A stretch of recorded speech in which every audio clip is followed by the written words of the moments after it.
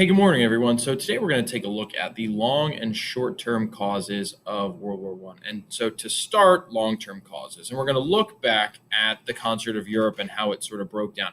So if you remember, after 1815, countries like England, Germany, which is Prussia at the time, Austria, and Russia are going to come together after the havoc that Napoleon wreaked throughout Europe to sort of say, we're never going to have this happen again. And that lasted until about 1848, and then we're going to see that concert break down. And then in the response or the result of that, we're going to have many wars break out, such as the Crimean War, which is going to happen in the Crimean Peninsula, the Austro-Prussian War of 1866, and then finally the Franco-Prussian War of 1870.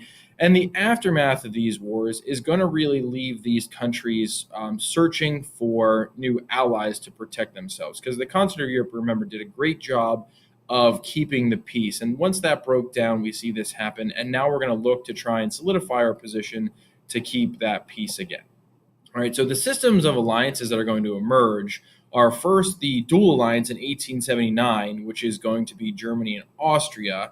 And so they've sort of patched up the relationship after the Austro-Prussian War of 1866. And that is going to be to counter the Russian claims in Eastern Europe. Remember, and we're going to look at a map in a minute here, Russia is going to be on the border of the Austro-Hungarian Empire, which is going to be the new dual monarchy formed in 1867. And those countries are going to sort of be at odds with one another from 1879 on. And then the dual alliance is going to become the triple alliance in 1881, when Italy is going to join Germany and Austria. Okay, and then sort of to counter that, we're going to see the Triple Entente in 1907, which is Britain, France, and Russia. Now, these three countries are going to be sort of the leftovers. Russia is going to look for an ally to sort of counteract Germany and Austria on its borders. And of course, France is going to try and counter the aggression that Germany has been showing it since, the Franco-Prussian War, and even since before then. And Britain is they're the isolated man, and they are just trying to find an alliance that's going to keep the peace. And also, Germany and Britain are going to have a lot of run-ins, starting with the German naval acts and so on and so forth, and a lot of the naval problems that are going to arise. So Britain, France, Russia are going to counter the Triple Alliance starting in 1907. All right, so you can see here, and we're going to look at our pointer. So this is the map of the alliances. So we have the Triple Alliance, which is going to be here, right? So you're going to see Germany, Austria, the Central Powers. There's Italy there.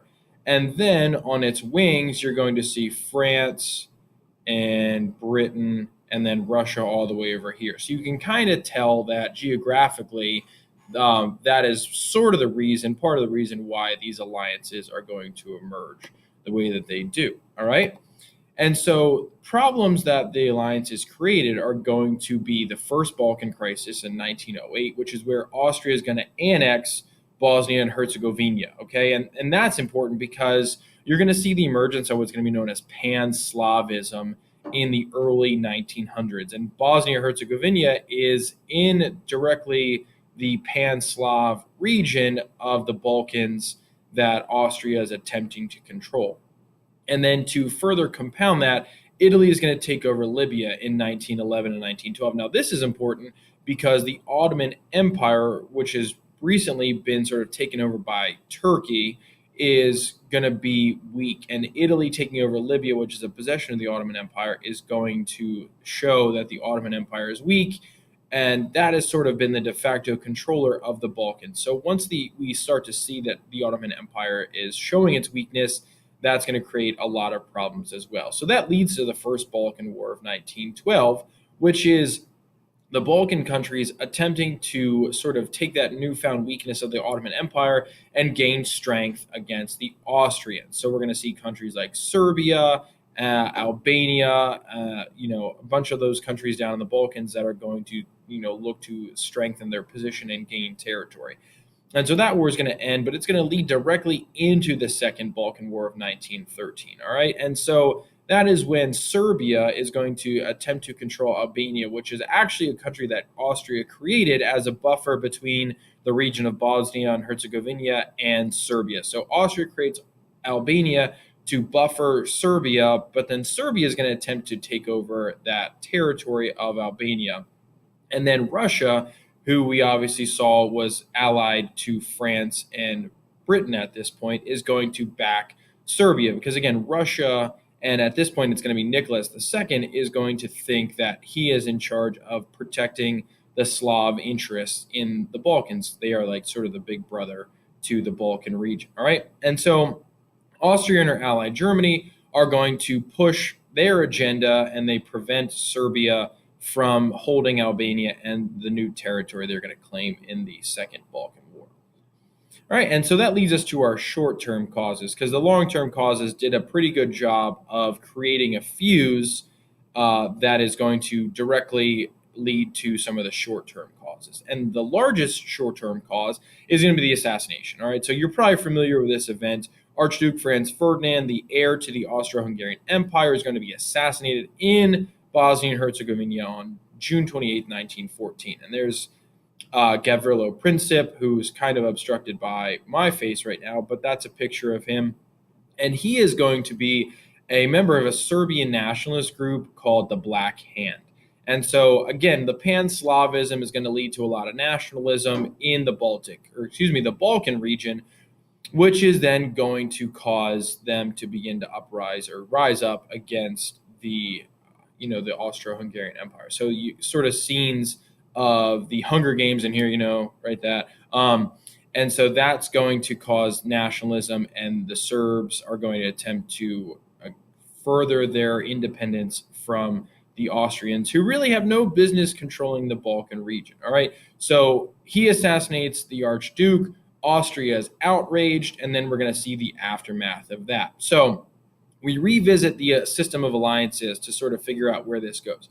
So Austria, they do what is known as the ultimatum to Serbia, which is a list of demands that is essentially unfulfillable. They're going to say, you have to submit to all these things. Serbia actually does the majority of them, except for one, which is, capitulate fully to Austria.